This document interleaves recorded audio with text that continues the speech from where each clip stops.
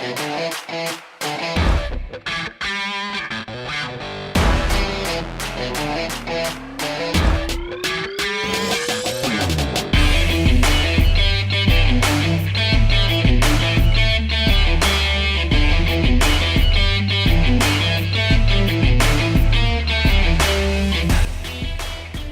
just want you to know that I am extremely excited to have Regina Jaquess on with us today to let her share her passion, commitment to being the best in the world, whatever she does, whether it's on the water or in her business. Take a look.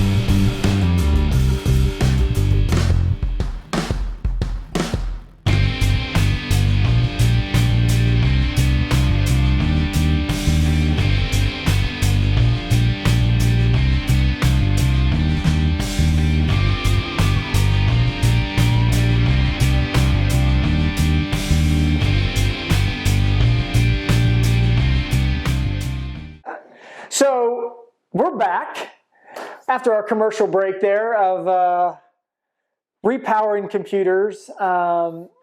Anyway, thank you for your time on this. We've had some technical difficulties on your side, my side, and it's just a day. It's just a normal day. Absolutely.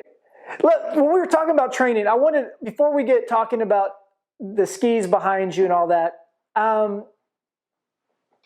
when you're talking about like a less qualified person, such as myself, and some of the guys I ski with, not all of them are like our friend that we ski boat, half the year he's down in Florida, Paul Turner, and then he's up here with me, and he's taught me a whole lot. And there's a group of people here that I ski with. I ski with a group down at this private lake called Area 41, and they all have questions and stuff. And by the way, they're like, when is Regina going to ski at Area 41? I said, well, when you have a tournament, bring her up here and do it, right? So, but one of the questions is like, do you have any suggestions for like the less qualified, wally skiers, we'll say, on how to train and work up the line? Is it slow the boat down, go up a line length, speed the boat up? Is there anything that you recommend as like a coach, for the less qualified? Yeah, I think in our sport, every sport's different, but it's kind of like you said earlier, one of the most important things is when you see somebody doing it, it's easy, it's because they've done it 1,000 times. So our sport is difficult because you go and you take 8-10 passes, you're exhausted. But by the time you get to the 5th or 6th pass, you're at this pass that you need to be practicing at. So it's difficult, right? Because we've got to get into the event, we've got to work up the line, and then by the time we get to the pass we need to work at, we're pretty much already tired. And we don't realize it. We don't know that, our forearms are exhausted. We have no idea. We're just trying to figure out how to get to the next buoy. So I think it is good to slow the boat down.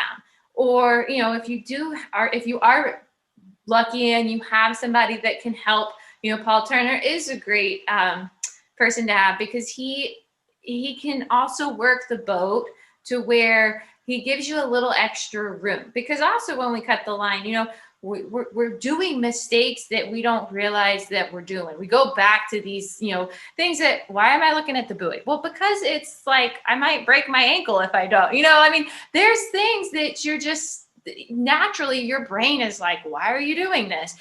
So you don't want to, you've got to see it. You're going to go through 10 times of going into the gates and looking at one ball when you cut the line to 35. And then you're going to do it again at 38, by the way, and then at 39. So you're just constantly going to do that. So you got to do that 10 times. And then hopefully you can have somebody that gives you a little bit of room into one ball and knows how to pick you up. Or just if you don't, try slowing the boat down, because what you're going to do is you're going to slow that pitcher down, and then you're going to be able to slow the pitcher down, which, you know, as an athlete, once you slow it down, you can start figuring it out. You won't keep looking at one ball anymore. You'll start seeing the space that you can create before one ball. And so I think it is important to get the repetition, but it's hard to get the repetition, because how many times can you slalom in a day? And then how many times are you going to get to work at that one pass? So it's a hard combination to do. And it's, you know, my dad's always like, well, why don't you just go practice at 41 straight off the dock? Just, that way you get 6 attempts at it. And I'm like, I don't think it works that way. Like, I got to get into some type of rhythm. So I think it's important to see it, but also to be able to slow the boat down so that you can slow everything down. And that's when you can then start building it back up. And you can slow it down. I mean, you don't want to go, if you're going 34, you don't necessarily want to go 30, because then that gets complicated and you're sinking, you're pulling in on your arms. You kind of want to say, okay, let's just, go 33 and a half, put it into the practice mode in the 0 setting, and then go 33 if that's still too fast, until you feel comfortable at that. Then you can start building it back up. And so that's what I think would be the best option. What do you feel like was your hardest line length? Obviously 41, right? Because you're still fighting that, your world record. But in mortal world, what was your hardest pass, do you think, to overcome, and that propelled you forward? I think at 6 years old, maybe. Yeah, probably. So I was fortunate, and it was actually funny with Paul Turner, because Paul Turner was in the southern region when we were growing up, and his uncle actually pulled me through my first 35 off, and I was in girls 1, so I was like 7 years old. And he was on the dock, and he was up like in 4 after me, and he was just like, that was the start of our relationship. I didn't know you all knew each other since you were 7. Oh my goodness. Unbelievable. I think in the world of physics, when you take slalom and the rope, 32 off is going to be your best swing. And so when we talk about slalom skiing, it's, we got to go through the gates and out the exit gates in 1 through 6, 1, 3, 5 on right, 2, 4, 6 on the left.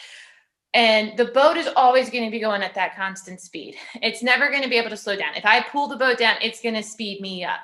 I don't want to ever go faster than the boat. And so 32 off is a perfect pendulum that you can create in the world of physics. And so the swing that you can actually create from pulling up on your gate and being at that widest point at the gate, you'll actually get a perfect swing on the pendulum at 32 off. And so I think when you establish that and you learn how to run the pendulum at 32 off, the next pass at 35 is actually really difficult, because you've now lost a true pendulum swing. And so I think once you figure out the pendulum at 32 off, then that becomes something of, I understand slalom. You not only do you understand it, you feel it. And it's a perfect pendulum. And then once you get to the next line length, you lose that swing. And now you have to create it back to what you know how to do at 32 off, without interrupting the boat and without letting the boat know that you're there. And so that's when it gets tricky. And so, but I think once you overcome that at 35 off, it kind of opens the door. Fascinating. Which kind of leads me, you got to have ability to do this, but it's also a partnership with a couple of things. You got to have the right equipment, trust the equipment, and then a boat that you feel confident in, and a driver. But I want to talk about the equipment. And one of the reasons why I have Goode behind me here, you have Goode behind you, is because of Dave Goode. And we lost Dave Goode last March, I believe, right? Was it March or February? It was right around that time. Today is 365. Friday is actually January 15th. This Friday. Oh, gosh. It's this Friday. Today would have been the actual Wednesday that it would have happened. Today. Well, but it would Wednesday of this week, right? But it was January gotcha. 15th. So Friday Oh, is gosh. the actual day. Yeah. So I was down right with after Chet. So it's a crazy. And then I think a couple days later is when he had his accident, and I got into Goode because Chris Parrish made a connection to me with Chad Scott because of a ski I had purchased from another person, and learned how to a little bit adjust some fins and some bindings, and let me down this to where Dave Goode decided to make me one of a kind eagle ski. And it kind of brought me into the, I guess, Team Goode at that point, because what Paul Turner talks about, Shelby Koch, and some of these other skiers out there, it's kind of for us Wally guys who don't know really how to deal with building a ski and all that and really how it works. But hey, when you're in cold water, you should be kind of this number, and this one would be better than that. And so the book of knowledge of the people that I ski with ski a lot with Goode skis. And so I'm hook, line, and sinker into it because I don't know what the heck I'm doing. So these people really help me out. They're like, oh, we need a fin adjustment. Oh, we need a binding adjustment. And the reason why I know is because I know that ski. But I know you had a deep relationship with Dave Goode and the Goode family. Can you kind of tell me how that all came about? Oh, yeah. I mean, my whole pro career, I've been on a Goode. So I have, I have been through all sorts of different relationships with Dave, I guess you would say, from being mad at him, from being happy with him, from yelling at him, from thinking that, but the man was so incredible because he let me do that all the time. And he just would sit there and smile and, okay, I'll build you something. Okay. And it would always be better. And sometimes I'm like, Dave, did you listen to what I said? Because you should be mad at me for yelling at you. But awesome. He was incredible. The man, yes, he was sitting there listening, but then he was like in his head playing back my whole slalom set that he watched that day, because he's like, oh, okay. So yeah, he always was, I can build it better. Like you can get a buoy more. I remember we would win, and it was a we, because there's no victory by yourself. Right. He created me, it was just how the relationship grew. And I remember one time I won, and it may have been by a buoy, or half a buoy or something. And I remember he came up to me and, I'm happy you won, but we can't win by just half a buoy. I can build something better than that.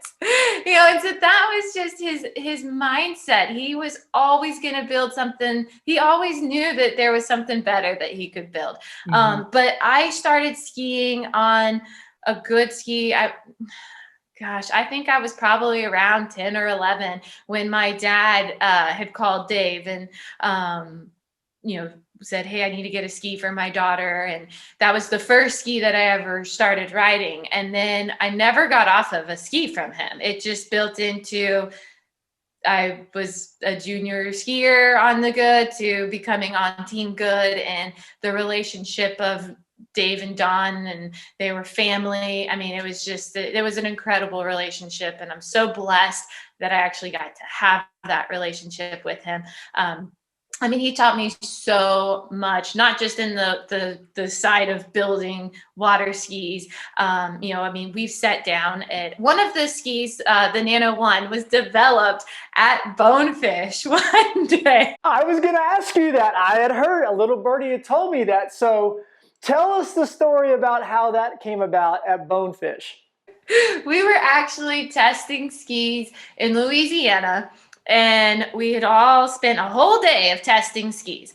And I, of course, Chris is likes this. And I'm like, nope. Every ski, no. You got to like something, And So it goes into dinner time. So we all go to Bonefish because Dave had so many allergies. That was really the only place we would ever eat at. So whenever we would go to nationals, nationals, US nationals is a whole week long. And we would be, if it's at West Palm, we would eat every meal at Bonefish so a whole week of Bonefish. But we were in Louisiana, and so we all go to dinner. And Bonefish, they have the paper on the table as the tablecloth. And I, of course, sit next to Dave and pretty much talk his ear off the whole dinner. And so everybody else has their conversations, and me and Dave are sitting there, and I'm just like, hey, like, how do you build this ski? Like, where did the shims go? And where is the rocker? And if I like my 135 on this ski, like, what can I get for my 2.4? Like, why can't we have that? Like, and he would build this ski, literally draw the ski and show me this is the build of this ski. And then I would ask about another ski, and this is the build. I'm like, well, why can't I cut this in half and this in half and this one in the corner here and put it all together?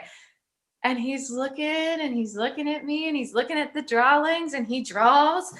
And then, by the end of the dinner, he rips the tablecloth off, and we go out the door. And Dave's really quiet now. And so we're all together, Chad Scott's there, Dave, Don, and Dave is just like, I think I've just asked way too many questions and made his poor head I'm sure he had a headache.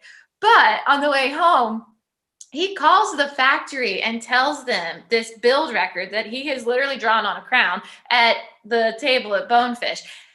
And the ski, they make it that night and overnight it. Oh my gosh. So then we get the ski the next day, and I'm like, it's the best ski ever. And that was one of, like, basically the drawing and the origin of the Nano One. And that is so awesome. yeah, it kind of all fed into I think Chad had a bunch of slalom skis in the back of his truck, and I was kind of going through a, oh my God, my skis broke moment. So I was digging around, and him and Dave were like, there's not a ski in there that you could ride. They're built for me. I'm bigger in heaven. I'm like, there's got to be something in here. Like, I need a ski. And so that's kind of the panic, and then Dave sitting down to draw all of it. And then we had the Nano One, which was an amazing ski. And, now we are able to do the XT, the XTR, the carbon cores, and they're just kind of all, just a super version of those skis. And they're just amazing. Sure. Oh, that's a fantastic story. I see you're wearing Malibu here. So we were going from the equipment that you're riding on and trusting in to your relationship with Malibu, and you've been with them for a long time. So the people that don't understand, there are different towboats out there, but you have a great relationship with Dennis Kelly. Kind of tell me how that all came about, and these are the people that are your team, and why you feel like you have the success you have. Oh, yes, they are 100% on board.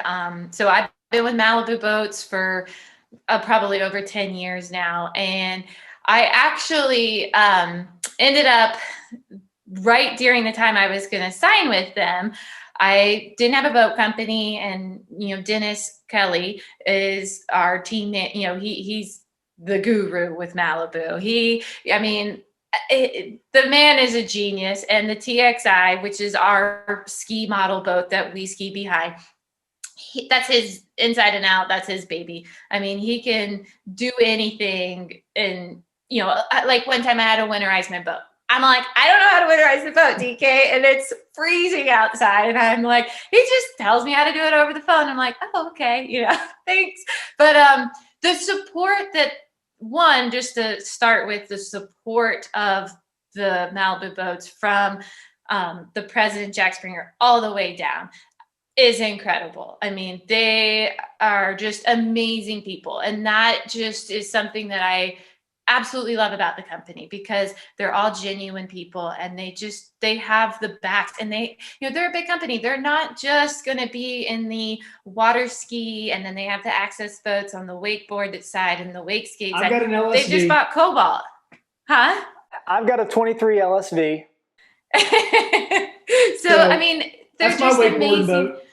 Yeah, I mean, but they've got a great market, but they're great. Every part of that company, they've got just great people, and it's just so supportive. And they're so supportive of me. They're supportive of not just the water skiing, but they love the fact that I also have the pharmacy. I mean, what company can you find that supports that? And Goode does, and Malibu Boats that they do as well. They love the dynamic of it, and they support it, and that helps me be able to keep doing what I do. But so when I was getting ready to sign with Malibu, Dennis Kelly, he gets in, and Ham Wallace is one of our drivers in the world of water skiing. He takes a buddy of ours. Ham's a Nashville guy. He's one of the guys I ski with. Exactly. So basically, I kind of stole Ham's boat. Okay. Not knowing, baby. So I took Ham. I didn't. Dennis took Ham's boat and brought it to me. So that makes a better story that you said you actually stole it, okay? I know. I kind of did in the end, but that's okay. So Dennis brings me this boat because I do have a tournament coming up. And so I signed with Malibu. I go to the that morning, and that's all great, and go to this tournament, and I had already tied the world record, which was Christy Overton's that she had for I believe it was like 11 or 12 years that I had tied it. Well, this tournament, after I just signed with Malibu and stole Ham's boat, I broke the record.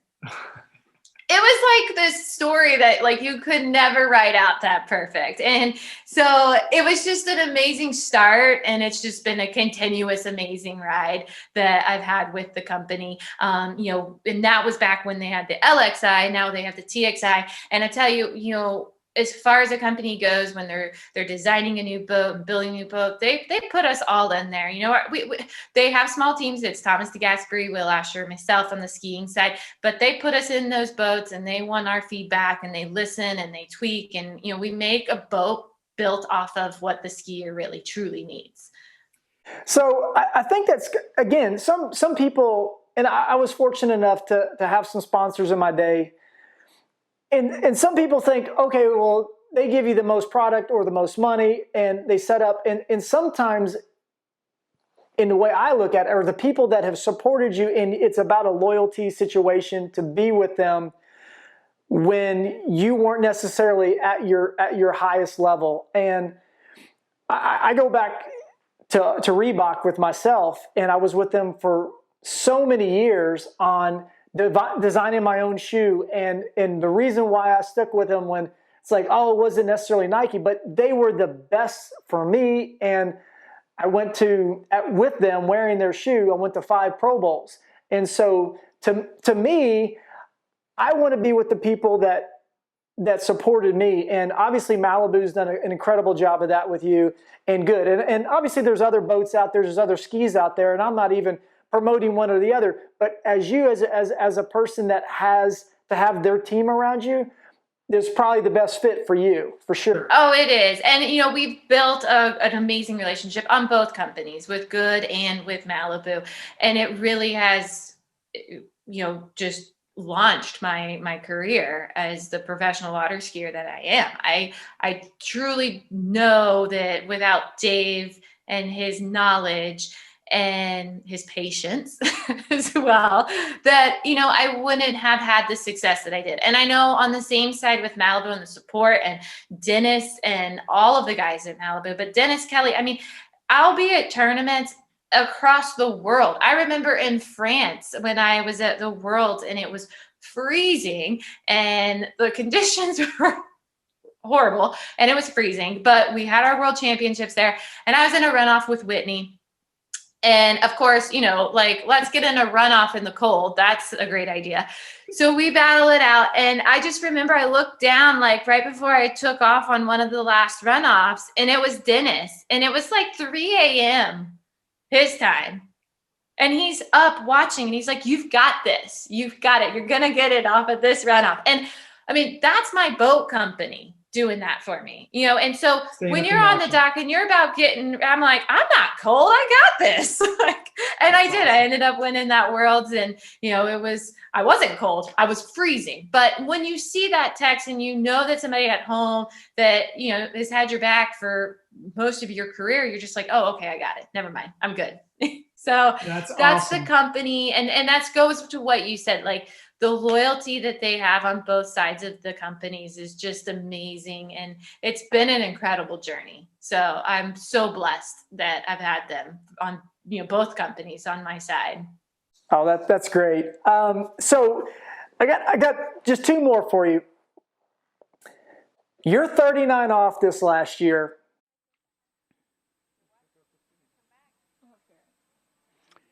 Here we go.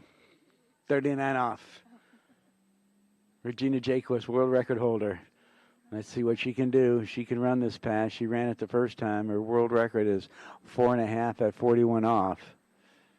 Ooh, broke at one ball turn. She's got two, back at it. She's got three, has trouble at three. Can she get to four? She gets to four. Gets around five. Can she get to six? She does. How the heck did she run that pass? Oh my gosh. Oh God, I already know where you're going. So first off, I can't get to one to begin with, right? But I'd like for you to kind of tell us, besides that the ski was broken or your The fin ski wasn't setting was- broken. If the ski was broken, I would have been done at one ball. I'm just messing with you on that because you were saying my ski's broken. I need something. So The anyway, ski's never broken. It's the 5 course foot it quarter is. above the ski. But I always say that it's the ski. it's got to be the Ski, right? You got to blame it on the tools. It's never the carpenter. That was course. what I was saying. He was so patient about that. He knew it was up here. He knew it was 5'4" above the ski. So I get a text. I was out doing something with my son, and I had seen something rather come across my phone where, did you just see that? And I was like, what? So I was like, what happened? He said, you've got to see Regina's 39. I was like, what do you mean? So I forget where I was. I went running in. I was at the lake, matter of fact. I was actually on the dock. And I go up to the house and I was like, get on the computer. And I see it. I was like, there's no way. I see your one ball. I'm thinking you're going to have a horrendous crash. I see your one ball. Oh my gosh. She gets to two. Okay. See three. What just happened? She died and literally came out of the grave and decides to go to four. He went that way, and then he came back this way. You caught the rope too, didn't you? Yeah. Every time I catch a rope, I end up out, on the opposite buoy. So, and then five, I was like, there's no way at five after that didn't go right, and then you end up making a pass. So obviously, you've made a ton of beautiful 39s. That showed us that you're an alien. So can you tell us really how that all went down? Oh, how did I know you were going to bring that one up? Well, after I got done with that pass, I was like, I should never miss this pass ever again. I mean, if I can run it like that. But honestly, I don't even know what part when I wasn't in. I was always in trouble. I mean, I turn in, I'm at one ball. I'm like, oh my gosh, I'm like gonna really fall here at one. And I'm still alive. Okay, I'll go to two. I think I can get out of this. If I can turn my two, it's my right. I'm a righty. I can turn two. So in my head, I was like, oh, I got two. I'm back in it. I'll be fine. That's in my head. That was before I actually went and watched the video. So I thought I had fine too. So I go to three, and I don't even know how I don't think my ski ever turned, because I still remember my ski going still like I needed to go to three. But somehow I think I just took that, like, oh, I'll just muscle it. and threw my shoulder down, which was a horrible idea because then I was lean locked going to 4. And I'm like, if I fall right now, I will end up not in the lily pads of the lake, but in the guy's living room. Like, I have that much load and speed. So then I'm like, I'm going to be like crazy into 4. And so then I was like, oh, I turned 4. Again, this was before I saw the video, and I really never turned any of the buoys. But in my head, I thought I turned 4. And then 5 was like a replica of 3. And I'm like, what is happening? And I was just like, I guess I'll throw the shoulder down again. I'm already this far. And then when I got done, I did, go watch the video because everybody was like, oh my God, oh my God. I'm like, it couldn't have been that bad. Then I watched the video. You didn't turn 1, 3, or 5. I believe PT told me. I really didn't turn 2, 4 either. But in my head, I was like, oh, I've recovered. I've never then seen I anything watched like the it. video. It was horrible. It was really Honestly, horrible. Like, that takes away everything that we tell you about, you need a good gait and you need to know how to turn and rope control and all that. It takes all of that theory and says, never mind. It's want to. It's grit. It's coming from in here. That's where I keep going back to, like, you can show me fin setting, workout, all that. I can't ski like that, right? There were people for me when they kicked, they couldn't kick like me there are better people than me. There aren't any in theory right now. We all get to this point at an athlete where we take that rise up, and there's a point where we start going down. And it's a hard pill to swallow. I don't think you've started that decline, but that's a reality of life in general, and it's tough. I think, and I've shared this before with other people on here. This is where, one of the reasons why I want to do this. I love my football world. I live and breathe football. It changed my life forever. Since I quit, or retired, not having able to have a job, whatever you want to call it, I lost that team. I lost my locker room. And this to me has been able to gather that. And so the people that you're talking about, the Ham Wallaces and the Paul Turners, I want their stories to be told too, because everybody has a story. And everybody wants to hear your story because you're the pro and you're on TV and you've broken all these records. And we're trying to get to you. Like when I go down to Chet tells me, he said, David, do you know who you need to watch ski-wise? And I'm thinking, this person, Nate, whatever. And they're like, no, you need to watch Regina. And he said, you ski closer to Regina. Same speed. This is how and he said, do you know where she's looking? She's looking where she is. She doesn't remember where she's been, and she's focused on the future of where, and if she makes a mistake, she can't fix that mistake. She goes on. And there's so many parallels between the football world. Video. Well, but it doesn't matter. You got the 2, you forgot 2, you went to 3, you forgot 3, you went to 4, and it ends up coming together. And again, first off, again, thanks for coming on here, because I'm like as my family said, I was fangirling because of the ability. And I don't care what sport you're in. It's such a respect. And whether I talk to you or to Nate or Chris Parrish or even the weekend warrior Paul Turners of the world, they're all incredibly gifted in ways. And skiing should be a very popular sport. Back to it was when I was kind of growing up and watching, as you said, the Christy Overton, the Dina Mappel, Andy Mappels of the world, the Mike Shaylanders and those guys. It should go back to that. I've talked with a lot of people, and because if we can have cornhole and spike ball on TV, you can watch somebody go from 0 to 60 in a blink of an eye and say, oh my gosh. And you're at that pinnacle of the top of the female. And a lot of people talk about you may be the best all-around skier of all time, male or female. Just saying. That's what's being said. So that's an honor.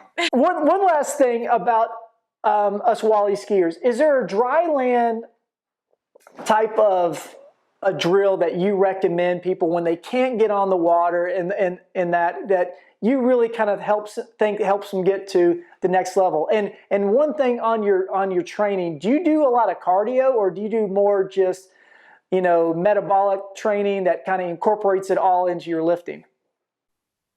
So on the For the Wally skiers, by the way, that was for the Wally. It was a fan question. Okay, so for the first part of the question, for just like the dry land when we're, in 40 degrees and we're not going down to Chet's because it's hard to get down there, and he's in the 80s and he can ski. For us, it is difficult, but honestly, the hardest part about our sport is that you really got to do that sport. I mean, how many times are we both in the gym and then we go and we haven't skied for a couple weeks, and there are muscles that I'm like, I didn't know that muscle existed, and it's just like, I swear I worked that out, but that muscle doesn't exist. So it is a really hard sport. And, honestly, you can talk to anybody that has skied ever before. Maybe they don't currently, but they'll say, oh my gosh, when I would go back and start skiing, those muscles, it didn't matter. I could have been in the best shape ever. So it's really difficult. That's the hardest part about our sport, is you do need to ski. That's the hard part. But, as far as things that you can do, it's more just, it's actually really difficult. It's a hard question to answer because there's not one thing, I know Dave, I remember going to Dave Goode and Don Goode's place, and he actually simulated the slalom course in his garage. How? And it was Dave's brain, so, and you had to wear a helmet and everything. And, he would actually, you would take it, and he had it all mapped out and drawn out from the rope and where the buoy would meet. And you would slalom on it in his garage. Oh my gosh. And then he had a trick apparatus as well, so he could work on his spins. Yeah. So, you have Dave that's doing that, but we're all not gonna be able to build our own slalom course in our garage like he did. But I think, as long as you're in the gym, and you're staying fit, you're not putting on the 15, winter coat, that by the time you come back, don't say that, because your wife says you are working harder than you did when you were kicking. Because I didn't need to wait 100. And some people are like, you got to keep losing weight. You got to keep losing weight. And I keep wondering, where does that fine line between the weight to strength weight ratio coexist? Place. Yeah.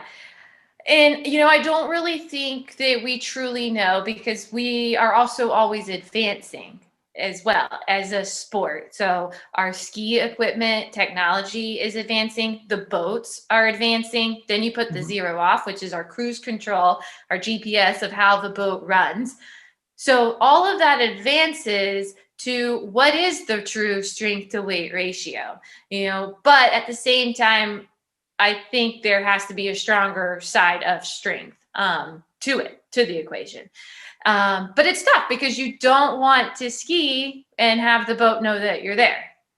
So believe me, it blows is your mind. interesting. But you can see the people, Chris Parrish, that's over 200 pounds. You can see Cole McCormick and those type of guys.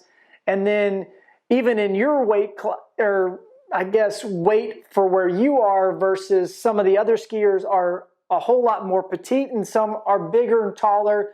And so there's such a wide variety that I actually argue this point with some of these pro people are like, well, you got to keep losing weight. Everybody's got to be Nate Smith. And I just don't understand necessarily that is the case. Then you look at Will Asher. Will Asher's not, his weight to strength ratio is amazing as well. But is that because of how he is as an athlete, as maybe a CrossFit type guy? He's incredibly shredded, first off, right? Yeah. You can tell he takes care of himself off the water. But does it really, would his natural weight be that way, or does he have to make sure that he maintains a lean body style because of how he trains to do it? Versus like, if I go back to the way I used to train, I'm going to be doing a little bit of reps, high weight, long waiting time in between. Now what I do is a lot higher volume, a lot less weight, more explosive maneuvers that gets my heart rate up, drops me, and it's a total body when I end up doing my workouts. So it's completely different. And I mean, just for like a layman's terms, from years ago, it was almost like a P90X. And I did some of that when I was training because back then they were doing high intensity training, meaning more of weights with machines and fulcrums of that.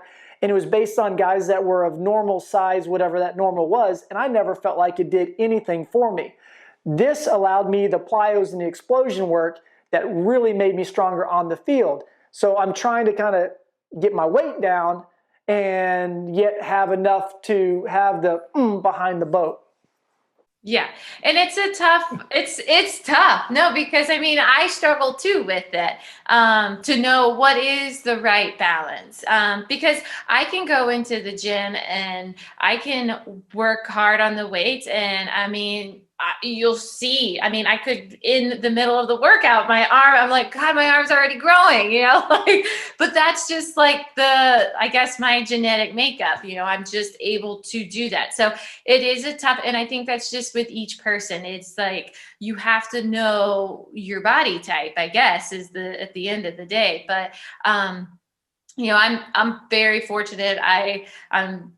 I've always been, because of our growing up, we've always been into sports. We've always been running around. So I don't have a sit in me very well. I don't do it really well. So I do go to the gym. And I think everybody should have a personal trainer. You don't have to go to them all the time, but I think it's good too. And, they can kind of open your eyes and refresh you and kind of help guide you into that. And, I have a great friend that's one, and his name's Glenn Cruz, and he's awesome. And he helps say, hey, like, you aren't going down the right direction, or, hey, like, keep it up, so I think everybody should have one. And it's not that you have to see them all the time necessarily, but it does help with guiding you into those right directions that you need to go to. It's great stuff. And it's great having you on here as we're kicking it with Dave Akers. And, any thought about anybody reaching out to you beyond the Bachelorette show? I mean, when do you have time, for that? It might be good. Might be another. I guess once COVID's over. T-Gas did Dancing with the Stars, right? That's true. That is true. So maybe we get you on there too, right? Yeah, we probably should start that. You heard it here first. Regina's ready for Dancing with the Stars or Bachelorette, whichever one. She can fit that in between skiing and compounding. No, I don't want to do Dancing with the Stars. I do not want to do Dancing with the Stars. We'll cancel that one. No, just Bachelorette. Yeah, we'll just stick with that one. Yeah. Thank you so much for having it. Unless you are my partner in Dancing with the Stars. No. Have you ever seen Best in Show about the dogs? The guy had Eugene Levy had 2 left feet. He said, "That's literally me." He's like, "No, he has 2 literal left feet. That's gotta be me." I think I'm there too. I think I have the 2 left feet as well. So thank you so much for being on here. And thanks for everything you're doing for our sport. Thanks for helping me out. And honestly, the one thing you all have to know about Regina, if you do crash and she's in the boat or on the shoreline, say this. She will laugh her tail off at you. She's a beast on the water, but she will just ridicule you to death when you crash. I know from experience. But again, thanks for having me. Thank you for having me on. That doesn't help my Bachelorette chances on my Bachelorette show. You just calling them out. Oh, that's hysterical. But anyway, thank you so much. And hey, for you fans that are out there and you like what you're seeing with the content and these type of amazing stories like we heard from Regina, like the episode and please subscribe. Can't wait to see who else we have on next. And again, thank you, Regina, for all your time. Thanks, David.